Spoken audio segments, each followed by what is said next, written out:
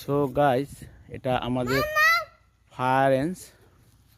সেনাবাহিনীদের এখানে ফায়ার করে। এটা আমাদের 300 মিটারের ফায়ার। এখানে প্রশিক্ষণ হয়, ট্রেনিং হয়, টার্গেট ফিল আপ করে, টার্গেট বোর্ড থাকে, টার্গেট বোর্ডে। এটা আমাদের ফায়ার মাঠ। এটা সেনাবাহিনীর ক্যান্টনমেন্টের ফায়ার মাঠ, ফায়ার রেঞ্জ মাঠ বলে।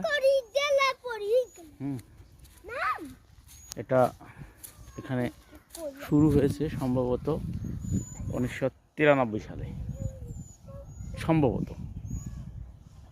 এরকম ধারণা করা হচ্ছে। তো আজকে ছুটির দিন, তাই সেনাবাহিনী এখানে নাই। এখানে নীরব পরিবেশ।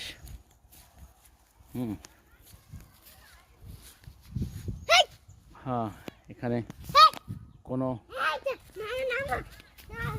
হট্টগোল নাই, শান্তিপ্রিয় জায়গা। এটা আমাদের সংরক্ষিত এলাকা বলা চলে।